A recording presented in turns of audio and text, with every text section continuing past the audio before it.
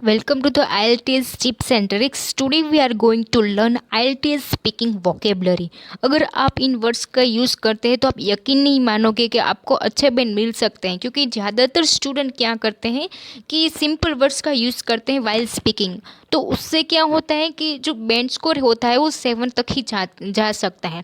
लेकिन अगर आप इन variety types of sentence structure और वोकेबलरी का यूज़ करते तो डेफिनेटली आपके 8 बैंड आ सकते हैं। तो आइए सबसे पहले जो वोकेबलरी हो वो हम एग्जाम्पल के साथ देखेंगे, ठीक है। तो चलिए देखते हैं। वेंचर फोर्थ, अब इसका क्या मतलब होता है? Live somewhere safe place. तो आइए एक एग्जाम्पल के मैं आपको सिखाती हूँ। It was heavy thunder storm hence we ventured forth to nearby hotel. So यहाँ पर पास्ट टेंस है, इसीलिए यहाँ पर जो वेंचर है उसमें ईडी आएगा, ठीक है। क्योंकि मैंने देखा है कि स्टूडेंट्स यही गलती करते हैं कि एस और ईएस की मिस्टेक करते हैं और यहाँ पे भी वॉस आएगा क्योंकि ये पास्ट टेंस है। क्योंकि ज़्यादा हैवी रेन था इसीलिए हमने क्या कहा, हम कहीं अच्छी जगह पर चले गए, ठीक है। आई होप कि आपको ये एग्जाम्पल अच्छे से समझ में आ गया होगा। तो चलिए आगे का देखते हैं हम।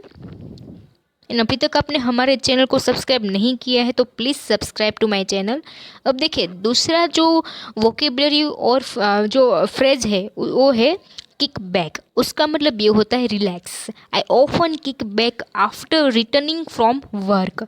तो आप ये कहीं ऐसा नहीं है कि सिर्फ आप यही एक एग्जाम्पल के यूज़ कर सकते हैं, कहीं सारे ऐसे आपको एग्जामिनर क्रॉस क्वेश्चन पूछेगा फॉलोअप्स में, तो आप वहाँ पर भी एक ये जो फ्रेज है वो यूज़ कर सकते हैं।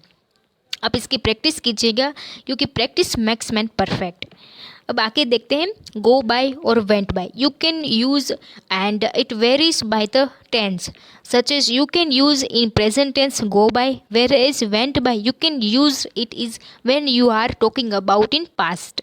So, meaning of go by or went by is passing of time.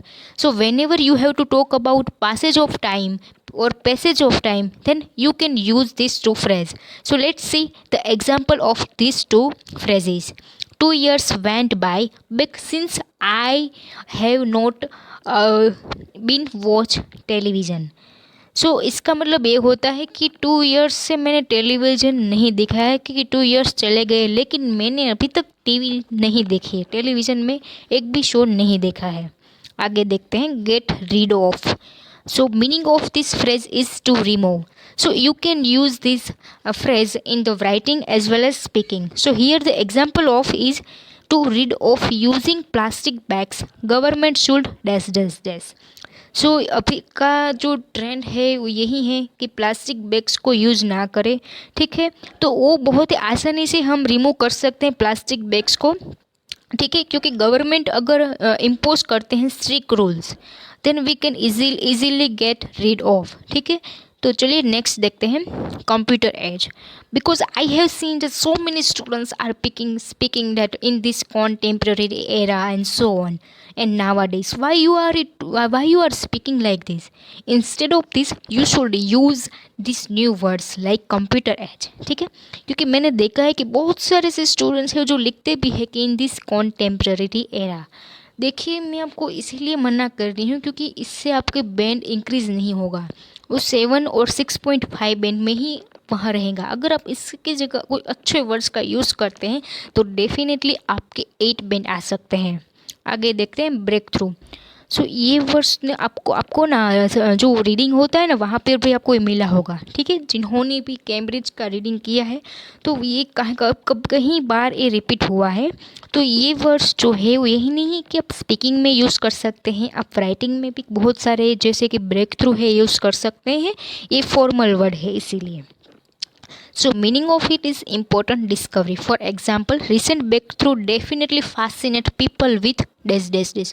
आप जो मन चाहे वो लिख सकते हैं, ठीक है। तो आप इस तरीके से कोई भी सेंटेंस स्ट्रक्चर बना सकते हैं। आगे देखते हैं। तो देखिए यहाँ इतनी मैंने दी है आपको फ्रेजल वर्ड्स। प्लीज़ इस वोकेबलरी की प्रैक्टिस कीजिए। अगर आपको कुछ भी डाउट है तो मुझे आप कमेंट सेक्शन में बता सकते हैं। तो चलिए मिलते हैं नेक्स्ट वीडियो में। Till then take care of you.